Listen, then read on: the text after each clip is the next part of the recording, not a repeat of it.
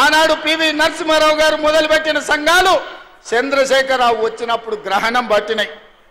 సూర్యగ్రహణం చంద్రగ్రహణం బట్టి ఎట్లా కనిపించుకుంటా పోతాయో ఈ చంద్రగ్రహణం బట్టి మా సంఘాలను మా ఆడబిడ్డలను నిర్వీర్యం చేసిన మాట నిజం కాదా?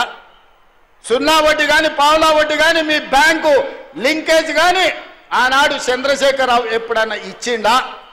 మరి ఇవాళ నేను మా సీతక్కమ్మ భట్టి గారు 1000 కోట్ల రూపాయలు సంఘాలకు ఇచ్చి మీ లింకేజీలు ఇచ్చి ఇవాళ మిమ్మల్ని అభివృద్ధి పదం వైపు నడిపిస్తున్న మాట నిజం కాదా? ఇవాళ 1000 కోట్ల రూపాయలు ఈ వనపర్తి సాక్షిగా మా ఆడబిడ్డలకి ఇచ్చిన మాట నిజం కాదా? ఎవరైనా అబద్ధం చెప్పచ్చు, ఇంటాయన సాయంత్రం వేస్తే మర్చిపోవచ్చు, కానీ మా అక్కలు మర్చిపోతారా, మా ఆడబిడ్డలు మర్చిపోతారా అని నేను అడుగుతున్నా. ఇవాళ మా అక్కలకు మా సంఘాలు నిర్వీర్యమవుతుంటే మా అధికారులను మా సీతక్కని పెట్టి సమీక్షించి ఇవాళ రాష్ట్రంలో 67 లక్షల మంది ఆడబిడ్డలను సంఘాలలో సభ్యులను చేసి రేపటి దినం 1 కోటి మందిని సంఘాలలో సభ్యులుగా చేసి మా ఆడబిడ్డల్ని కోటీశ్వరులను చేయాలని రోజుకు 24 గంటలు నేను కష్టపడుతుంటే బీఆర్ఎస్ వాడు బీజేపీ వాడు వచ్చి బండలు తీసుకొని కొడుతురు. మా ఆడబిడ్డలు నిలదొక్కుంటే ఆడబిడ్డలు ఆశీర్వదిస్తే రాబోయే 15-20 ఏళ్ళు రేవంత్ రెడ్డి ముఖ్యమంత్రిగా కాంగ్రెస్ పార్టీ అధికారంలో ఉంటే మా బతుకు బస్టాండ్ అవుతుంది, వనపర్తి బస్టాండ్లో బిచ్చం ఎత్తుకొని బతకాల్సి వస్తుందని బీఆర్ఎస్ వాళ్ళు బీజేపీ వాళ్ళు అబద్ధాలు చెప్తున్నారు. అందుకే ఇవాళ మా అక్కల్ని అడుగుతున్నా, మీ సంఘాలను ఆదుకునే బాధ్యత నాది కాదా? మీ సంఘాలకు హైదరాబాదు హైటెక్ సిటీ పక్కన పెద్ద పెద్ద ఐటీ కంపెనీలు ఉన్న దగ్గర 100 కోట్ల ఎకరాలు ఉన్న దగ్గర 100 కోట్ల విలువైన భూమి 3.5 ఎకరాలు మీ సంఘాలకు హైటెక్ సిటీ శిల్పారామం పక్కన 150 షాప్స్ పెట్టుకొని మీ ఉత్పత్తులను ప్రపంచానికి అమ్ముకునే విధంగా బిల్ గేట్స్ బిల్ క్లింటన్ ఎవరు వచ్చినా మీ సంఘాల నైపుణ్యం చూసే విధంగా శిల్పారామం పక్కన మీకు 3.5 ఎకరాలు నేను ఇయ్యలేదా? నిజం కాదా? మా ఆడబిడ్డలు నేను అడుగుతున్నా. ఎన్నడైనా మీరు ఊహించరా? విప్రో, ఇన్ఫోసిస్, మైక్రోసాఫ్ట్ లాంటి పెద్ద పెద్ద ప్రపంచ దిగ్గజాలైన పరిశ్రమల పక్కన 3.5 ఎకరాలు మా బిడ్డలకు ఇచ్చి మా ఆడబిడ్డలు ఆత్మగౌరవంతో అదాని అంబానీలతో పోటీ పడే విధంగా మీకాడ 3.5 ఎకరాలు ఇచ్చి 150 షాపులు పెట్టి మీరు చేసే ఉత్పత్తులను ప్రపంచానికి ఎగుమతి చేసే విధంగా అనుమతి ఇవ్వలేదా అని మా ఆడబిడ్డలను అడుగుతున్నా. అంతెందుకు, ఒకనాడు సోలారు విద్యుత్ అంటే అదాని అంబానీలు పెట్టుబడులు అన్నారు.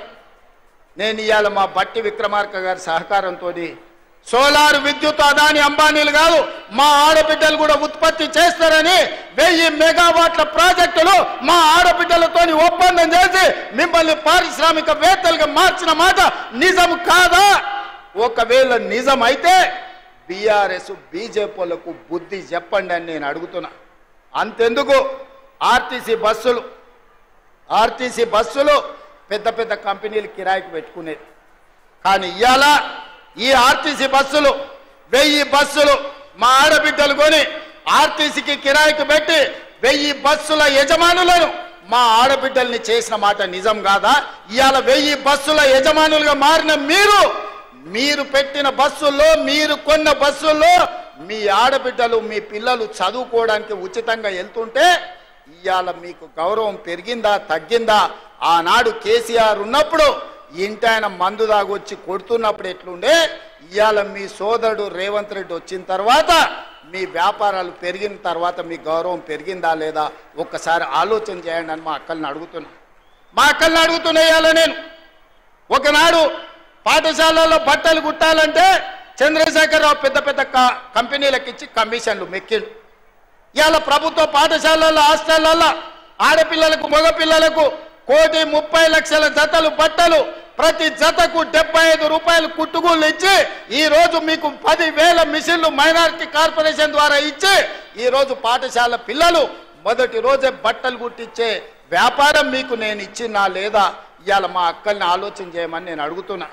ఇవాళ పాఠశాలల నిర్వహణ అమ్మ ఆదర్శ పాఠశాల పేరు మీద పాఠశాలలు మీ పేదోళ్ళ పిల్లలు మీ పిల్లలు ఏ పాఠశాలలు అయితే చదువుతున్నారో ఆ పాఠశాలలు నిర్వహించే బాధ్యత మా ఆడబిడ్డలకు అమ్మ ఆదర్శ పాఠశాల ఇచ్చింది నిజం కాదా అని మా ఆడబిడ్డలు నేను అడుగుతున్నా.